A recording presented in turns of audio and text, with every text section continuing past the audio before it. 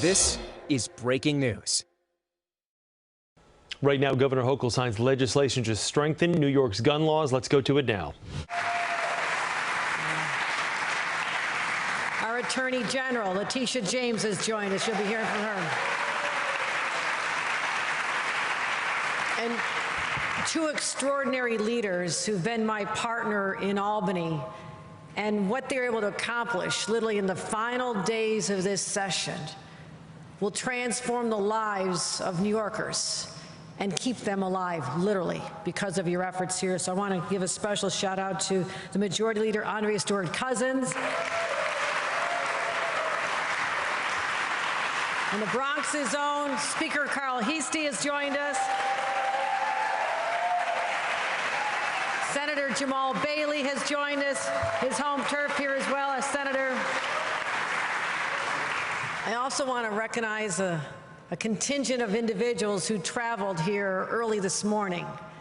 And this is deeply personal to them. These are my friends, my neighbors back in Buffalo, and I thank them for being incredible leaders at a time when their state needed it. And I'm referring to Senator Tim Kennedy, Senator Sean Ryan, and Mayor Byron Brown. Thank you. Thank you for coming here today. And Trinell Gabay, the widow of Carrie Gabay, I want to thank her for having the courage to harness your loss and your pain into a movement toward change. So thank you for being on the front lines of this. Trinell Gabay, the widow of Carrie Gabay, is with us here today. Also locally, we are in the borough of the Bronx. Anybody here from the Bronx? Oh yeah. Borough President Vanessa Gibson has joined us here.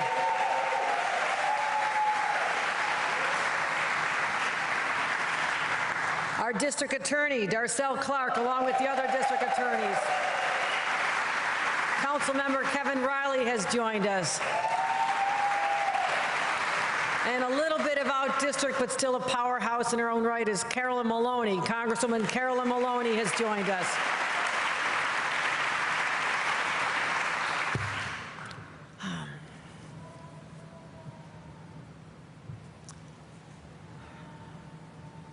I'm speaking to you today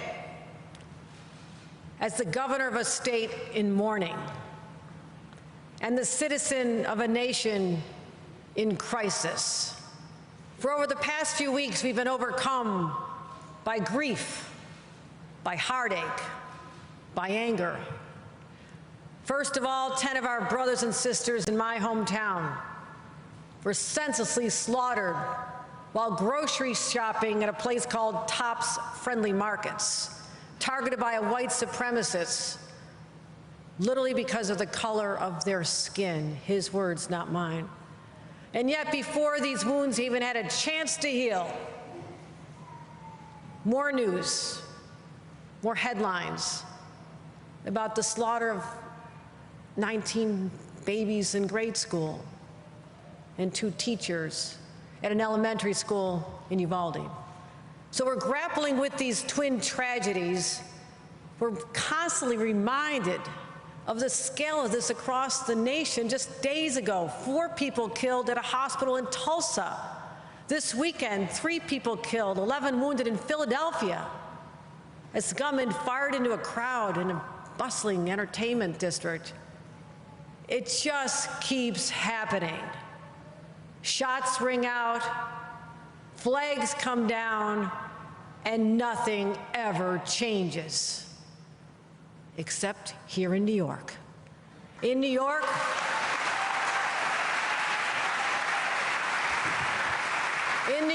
we are taking bold, strong action. We're tightening the red flag laws to keep guns away from dangerous people. And we're raising the age of semi-automatic weapons so no 18-year-old can walk in on their birthday and walk out with an AR-15. Those days are over. Those days are over. You hear that? Those days are over.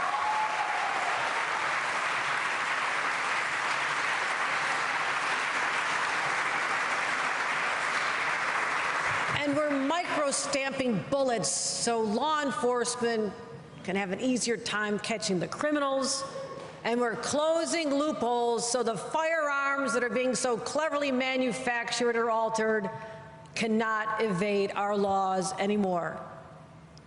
There's more to do. Thoughts and prayers won't fix this, but taking strong action will. And we'll do that in the name of the lives that have been lost, for the parents who will no longer see children stepping off a school bus, spouses won't see their husband and wife coming back from the grocery store. The lives have been altered forever, because just too many families have been destroyed, shattered, because of targeted gun violence, but also the random gun violence that occurs on our streets every single day. It just keeps happening over and over and over. And I have to ask, when do we become a nation that reveres the right to have the ability to possess a gun over the right of a child to stay alive? When did that happen? When will we as a nation say, enough of the bloodshed, no more, no more? Gun violence is a disease that is tearing our nation apart, and it is now the #1 killer of children in America. How do we look at ourselves in the mirror every morning and not take action to protect these innocent children? For 60 years, car accidents were the #1 cause of death of children. That was not okay with us, so we took action. We passed laws. We made cars safer. We mandated seat belts. Yeah, we took away the freedom to ride in a car without a seatbelt. It was a very big deal when it happened. But people adapt. They got used to it. And guess what? We saved the lives of thousands of. We know what we have to do. And this is a crisis, the scale of which requires a national response at the federal level and from each and every state. But here in New York, we don't wait. We lead.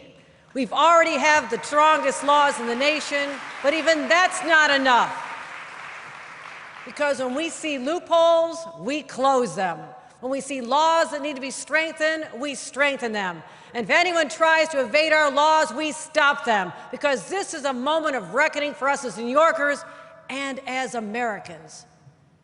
History will judge us by how we respond, how we meet this moment, by whether we did everything in our power to keep these guns off the streets and out of the hands of criminals. And I'm so proud to be here today, so proud to sign a package of transformative bills passed by my colleagues and the leaders in the legislature. I'm so grateful for them. And as a result, I'm going to mention these 10 bills. #1, no longer will an 18-year-old be able to purchase a semi-automatic weapon. We're requiring a permit to purchase that and raising the age to 21. Thank you, Senator Kevin Thomas and Member of Assembly Chantel Jackson. Thank you, thank you, thank you. #2, no longer will the threat of causing mass harm to others go unpunished. Thank you, Senator Todd Kaminsky. Thank you, Assembly Member Monica Wallace.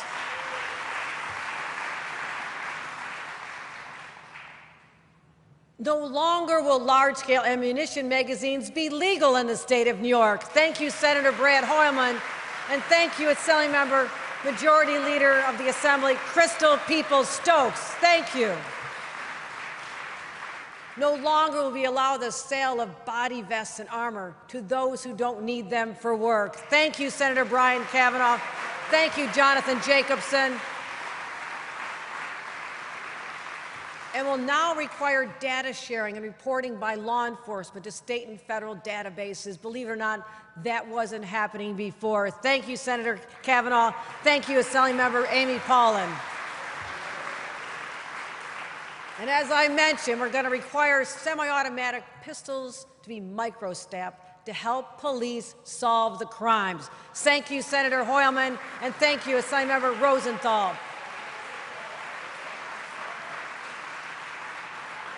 And in the state of New York, we're now requiring social media networks to monitor and report hateful conduct on their platforms. Thank you, Senator Anna Kaplan, and thank you, Assemblymember Patricia Fahey. And now we're going to continue focusing on this. We're going to establish a task force on social media and violent extremism to investigate the role of social media in promoting domestic terror. And our great leader, our Attorney General, will be championing this cause with every power her office can bring it at their disposal. Thank you, Senator Bailey, Jamal Bailey, and Senator Assemblymember Desmond Meeks. Thank you. And just as I did by executive action within days of the Buffalo shooting, we are by law making our red flag laws even stronger. Thank you, Senator Skoufis, and thank you, Kevin Cahill, Assemblymember.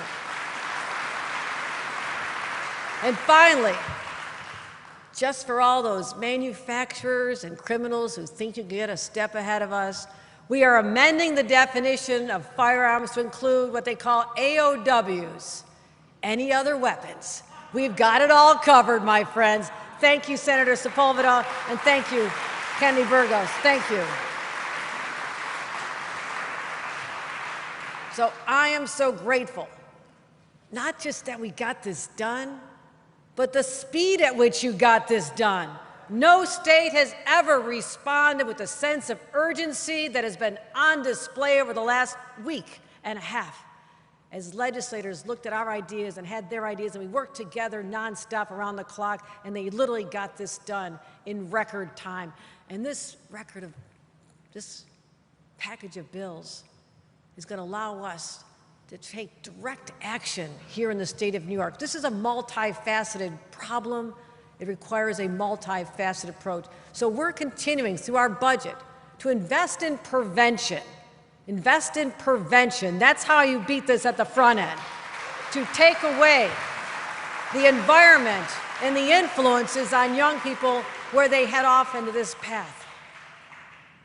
Strengthening our laws so to keep up with the criminals, get ahead of the criminals who break them, but also partnering at the community level in places like this to ferret out the root causes of why people do turn to crime. And while we're doing all of this, we have one primary objective, and that is to keep New Yorkers safe. It's as simple as that. Our job is to keep New Yorkers safe. So as we continue to fight gun violence, we're going to keep the pressure on in Congress. Many of our members from the New York delegation have already done the right thing, but we need them to provide a national response. And maybe it takes a few of those whose hearts are hardened to the images on television of children crying because they saw their classmates gunned down right next to them. Maybe it takes them to travel and actually go to one of their funerals. Because if that won't soften your hard heart, I don't know what will, and heaven help you. Heaven help you if you can look at those images and not have a change of heart and say, I'm in a position of authority and power and influence, and I have a moral responsibility to do something. Let's get together and have thoughts and prayers for them, that their hearts will finally turn. These shootings are a wake-up call for this country, and we need other states to follow their lead. So I'm going to be signing these bills in a matter of moments with fellow New Yorkers, the victims of the daily gun violence in places like the Bronx, and Brooklyn, and Queens, and Rochester, Syracuse, but also with the images of 10 of my neighbors from Buffalo, whose faces we will never forget. And we'll never forget them. We'll never forget the children and the brave teachers in Uvalde, Tulsa, anywhere else. If no one else will lead. This is New York. That's what we do best. We do lead, and they will not have died in vain. We will not grow complacent. We will not grow numb. We'll not tolerate inaction and be content any longer. I'm a person of faith. My faith tells me that After I bow my head, we get to work. Today is a start. It's a start, and it's not the end. I will not rest until everything we can do in our power has been done to keep our kids, our families, our citizens safe. That is my commitment to you as we go forth from here. Let's sign some bills after you hear from great leaders. Thank you, everyone. Thank you. Thank you, my friend.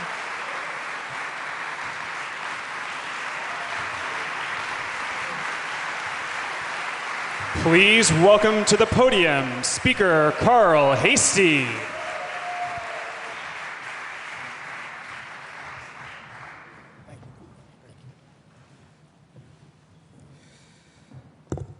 Thank you to everyone for being here today in the Bronx to recognize the gun control measures that we're about to pass into law. I want to thank my partners in government, Governor Kathy Hochul, Lieutenant Governor Antonio Delgado, my wonder twin, Senate Majority Leader Andrea Stewart-Cousins, our great Attorney General Tish James, and Buffalo Mayor Byron Brown for being here today. I also want to thank our Assembly Majority Leader Crystal Peoples-Stokes, the members of our Western New York delegation, and in fact, all of my Assembly colleagues for prioritizing this legislation. But I want to give acknowledgement to the members who are here. We have Assembly Member Amy Paulin, Linda Rosenthal, Pat Fahey, Jonathan Jacobson, Chantel Jackson, with the chair of the Baby Caucus, TJ, Assemblymember Kenny Burgos, Assemblymember Clyde Vernell, Assemblymember Udelka Tapia, and Assemblymember Al Taylor. A special thank you to Assemblymembers Cahill, Paulin, Rosenthal, Fahey, Wallace, Jacobson, Kenny Burgos, Chantel Jackson, Damon Meeks, who sponsored and worked tirelessly to pass these bills in the People's House. And it's fitting that we're holding this today in a place where families should be safe. Our schools should be a safe place. Our grocery stores should be a safe place. Our houses of worship should be a safe place. Our streets and our neighborhoods should be a safe place. And our homes should be a safe place. And after the horrific events in Buffalo and Uvalde, we know we could not hesitate to take action. You know, I did go to Buffalo when the president was there, and it broke my heart that one of the families that I did interact with was the family of the man who was just going to get his son a birthday cake for his 3-year-old birthday. It's just heartbreaking, these stories. And then when we had our press conference in Albany, we keep lamenting how difficult these things are. And just a few days later, Uvalde happens. And at some point, when is enough become enough? But this package of legislation will strengthen laws that we have on the books, help authorities better communicate with our federal partners about gun violence, and work to address the role social media plays in violence and acts of domestic terrorism. But we won't stop here. We will continue working to end the scourge of gun violence so no New Yorker needs to fear going to school or to the grocery store or to a place of worship. But as the governor mentioned, we cannot limit our efforts here in New York. Every time I speak about this, I like to remind us all about this country's obscene fascination with guns. We are 4% of the world's population, but yet we have 66% of the civilian-held guns in the world. Can you imagine that? There's 1.2 guns for every person in this country. So we need to partner with our federal representatives as well. I did tell President Biden when I saw him how we need to deal with the assault weapons ban. And also one of the bills that we dealt with about how people can get really weapons and I'd say uniforms of war. And so those are the things that we need to address. But we're doing the best we can here in New York. But I hate to say it, I know this isn't the last time we're going to talk about it. This isn't the last time we're going to be grieving with families until this country looks itself in the mirror and says enough is enough with guns. Thank you, everybody, for being here. Please welcome to the podium Leader Andrea Stewart Cousins.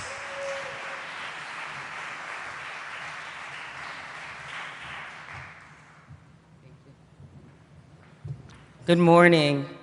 See how good he was to me? That's why he's my wonder twin. Make sure. It's an amazing time to be able to lead. It is extraordinary to have a community that understands the gravity of this moment. And I am really happy to be here in this Y, in what used to be my old neighborhood. Thank you for hosting us, Sharon.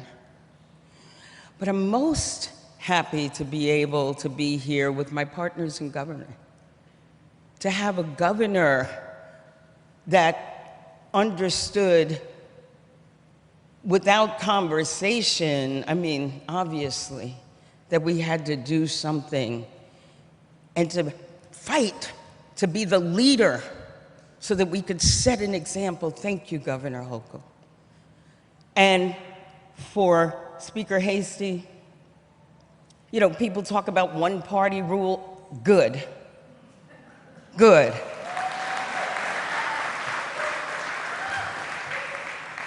If that's what it takes to confront what we know is a public health crisis of our time, good.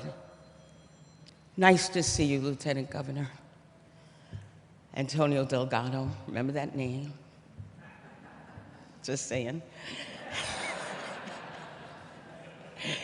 And of course, to be in the presence of my Attorney General, who you will speak to, but that's the other thing. You know, we give her so many jobs every time, like, oh, do this, do that. Sometimes we give her money too. But you know that when you give her a task, again, she understands the importance of it and gets right to it. And we know that if she has to defend us, she will. And she'll win.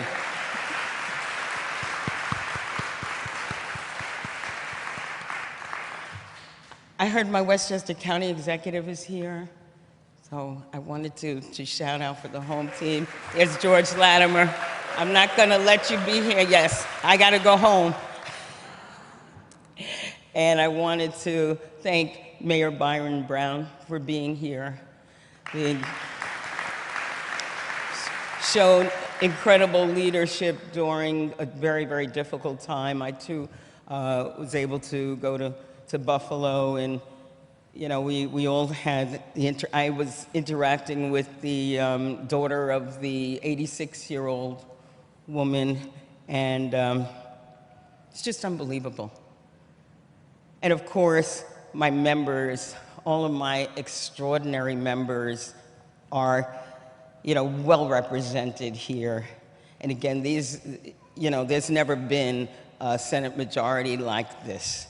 So please, just stand up so people could see you. From Buffalo, Senator Tim Kennedy, Senator Sean Ryan, your own Senator Jamal Bailey, Senator Luisa Pulveda, all the way from Long Island, Senator Anna Kaplan, Senator Brad Hoylman, Senator Brian Kavanaugh, again from Long Island, Senator Kevin Thomas, and holding it down for Queens, Senator Leroy Comrie. What a privilege it is to work with my Senate colleagues and the Assembly members who make sure that when we say go, we go. Okay, Darcel, hi Darcel. I wanted to say that the last time I was in Orange, it was right after Buffalo. And I talked about I wasn't going to wear orange, and did, because that was the color scheme of the moment. because of what happened to the 10 shoppers in the only supermarket in the desert on a Saturday afternoon. And I was talking to the borough president today, Vanessa Gibson, and she said, I'm running out of orange. She said, now I gotta make, color mixes to make it orange. And I said, you know what? I'll wear the same thing over and over again. It's okay. Because you know why? The same thing happens over and over again. I don't have that many orange dresses, but I do know that there has to be a reminder that this is not okay. On the floor of the Senate, when the debate took place, one of my colleagues on the other side of the aisle stood up and in all earnestness read a letter from a constituent who said that how could we not allow people to buy bulletproof vests? She puts her child in a bulletproof vest to go to school. Is that okay? Is that okay? Do I want to live in a world where with the lunchbox, with the toys that a child might bring, with the crayons, with the backpack, a bulletproof vest? This cannot be where we want to go. And that's why, with the help of all of our partners, our organizations like the SNUGs and all of you, we attack it from every single level. Not because we think that we alone will be able to stem gun violence, but because we have to send a message that this is not how we will lead our life. This is not the future that we are leaving our children. This is why we pass these laws. This is why we know that we can save some lives and raise the consciousness of others, because we can think, we do pray, but we do not sit idly by. We act, we lead, and if we do this well enough, Congressman Bowman will have support. Senator Schumer will be able to get, as the governor said, people whose hearts for some reason are hardened to melt and to understand that we can create a better place for each and every one of us. So let's sign some bills. Thank you so very much. Please welcome to the podium Attorney General Letitia James.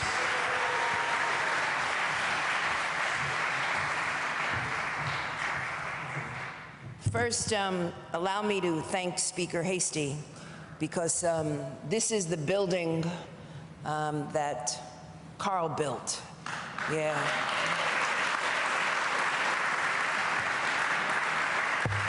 And this facility, along with SNUG and all of you who are out there who believe in preventing crime, this will go a long way in preventing gun violence as well. And so we thank you, Speaker Heastie.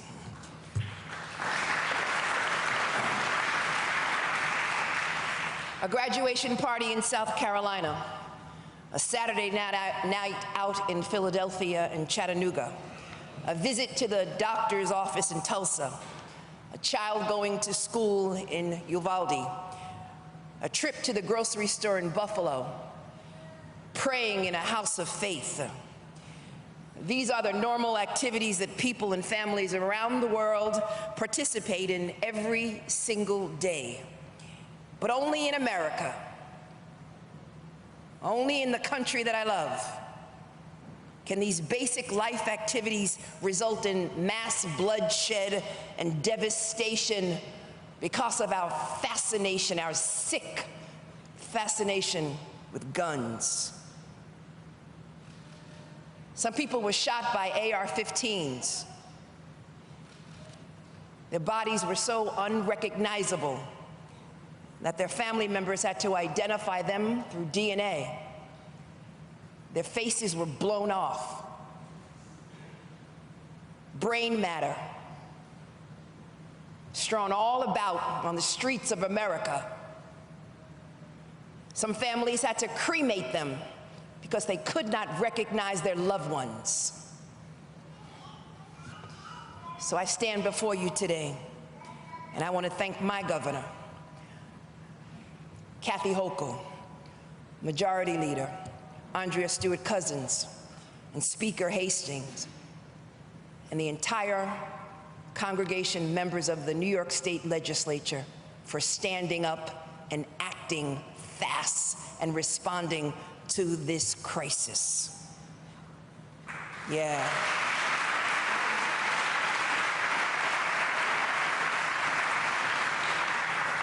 "156 days into 2022, but we've already witnessed 246 mass shootings in America. And just this weekend alone, 15 people were killed, 60 more were injured, 8 states across the country because of guns, and 1 judge in Wisconsin was murdered. We've all grown too accustomed, too numb to inaction after events like this, and we cycle through disbelief and grief and, yes, anger, only to be disappointed again and again and again when government, no, not government, when members of a feckless, spineless, reckless party known as the GOP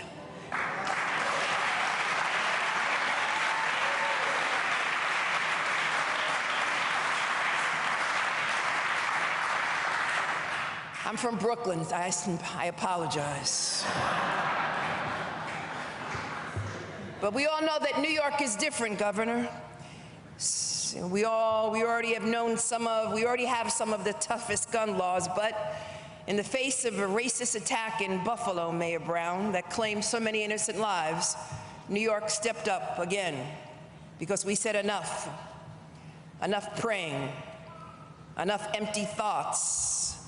Because we were elected as public officials, as elected officials, to solve problems and to address the needs of people. Prayers alone won't save lives from gun violence, Bishop. And cowardlessness is not a job description and not something that I signed up for.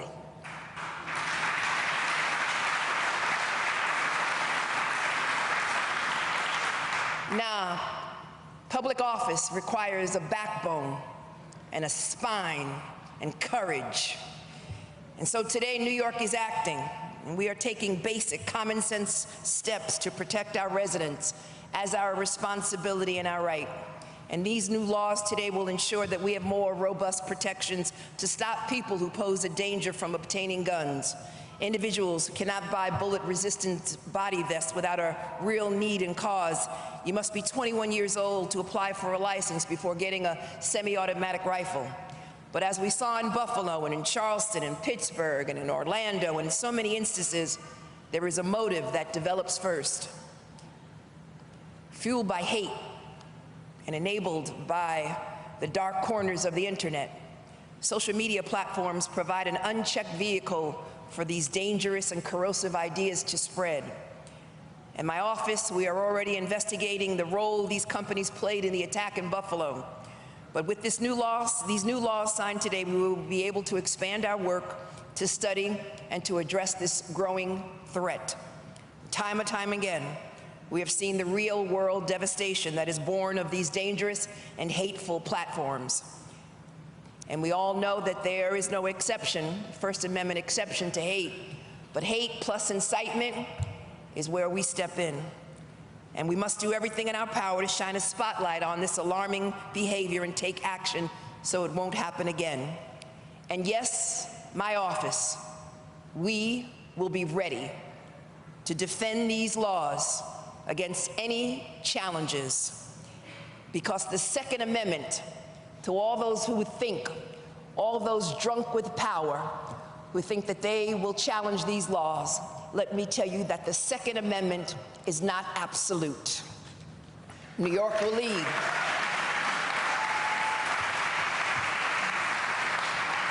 And we are taking steps to crack down on this devastation and the companies that promote it. But action in New York alone is not enough, because guns and criminals don't respect borders. We need our colleagues around the country to step up, and I urge others with a backbone to follow. Lives are at stake every single day, and we cannot wait for another baby, another child, another innocent victim to have their face blown away. Thank you. Please welcome to the podium Mayor Byron Brown.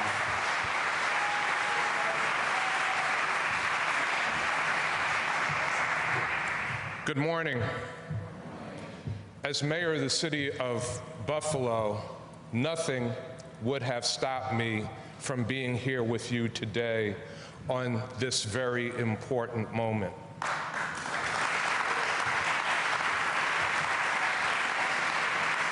As Governor Hochul said, for us in Buffalo, this is very personal. We are still hurting, we are still grieving, and we are still in pain from what happened in our community on May 14th. I thank Governor Kathy Hochul, Speaker Heastie, Majority Leader Stewart Cousins, the members of the state legislature, the Western New York State Legislative Delegation, for taking strong and swift action to prevent gun violence in New York State. Give them a round of applause.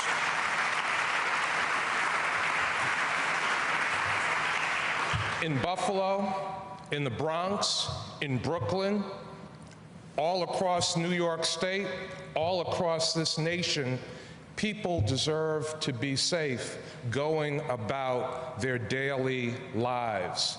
They should not have to worry about getting gunned down while shopping on a beautiful Saturday afternoon. Yes, in Buffalo, a white supremacist traveled 3.5 hours to our community with the stated purpose of killing as many black people as possible. But as President Biden said when he came to Buffalo to comfort the families, evil will not win, hate will not win, and this day of action is about making sure that it doesn't win in New York State.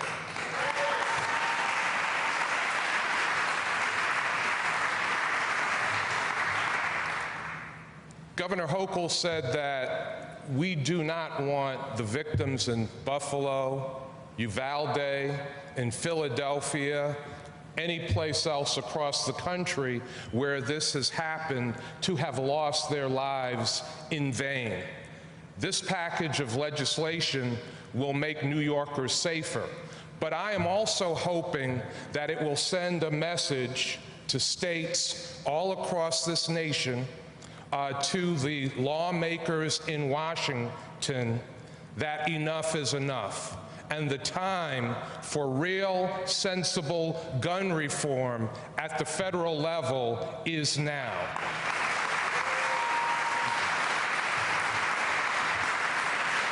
So this is a critically important day. This is a day that the families of the victims in Buffalo have asked for. This is a day that people's hearts are crying out for. So Governor Hochul, I thank you. I thank our legislative leaders. I thank the members of the state legislature here in New York for hearing the voices of the people, for hearing and feeling the pain that we are feeling in Buffalo and communities across this country that have experienced this kind of mass shooting carnage. Thank you for what you are doing today to make New York safer and to set an example for the rest of the nation. Thank you very much. Please welcome to the podium Trinell Gabe.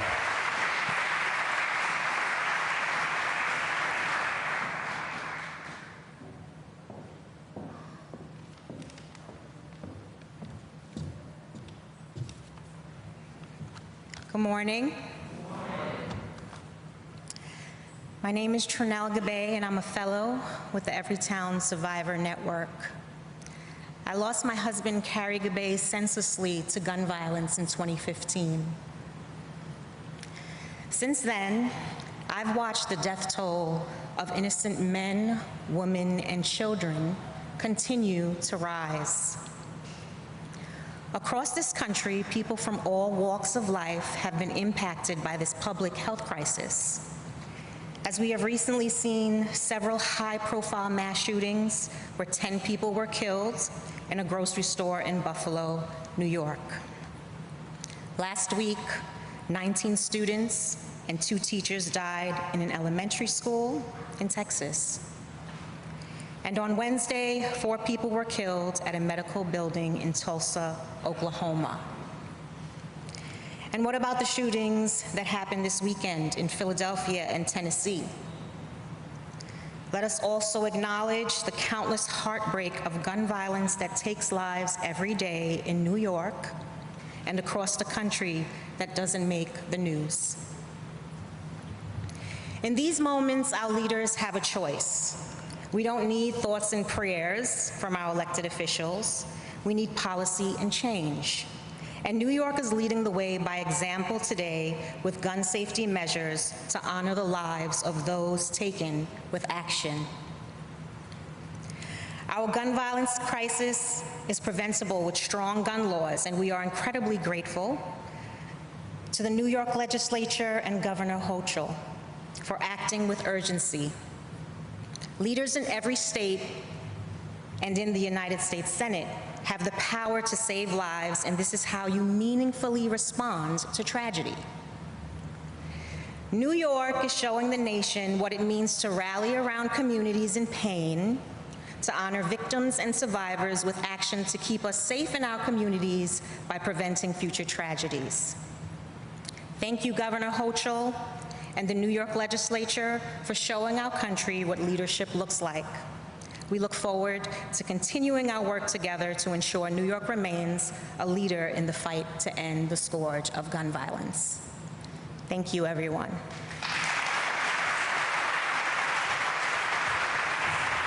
We are now going to sign some bills. Please remain seated during the bill signing so our photographers can get photos. Thank you.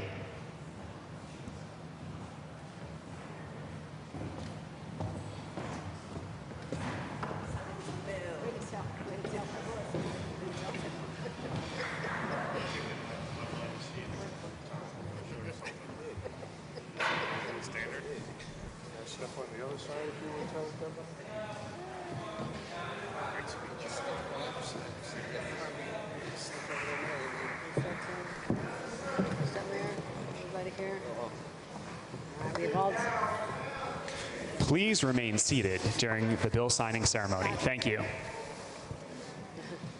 We have all 10 bills right here.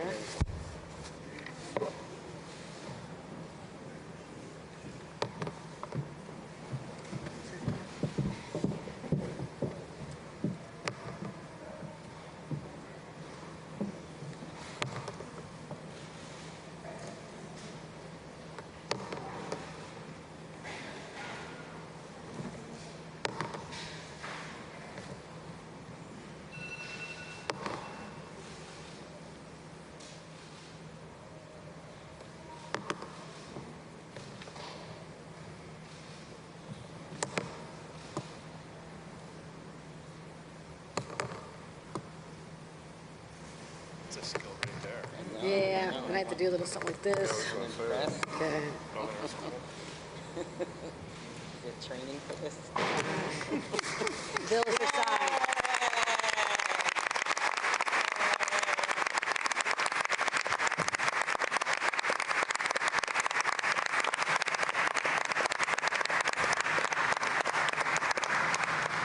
All right.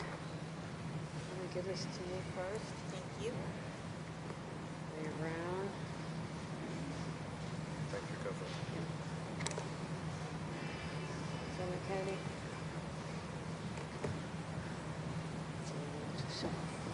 Ryan. Thank you. Mr. Speaker, thank you for all you did.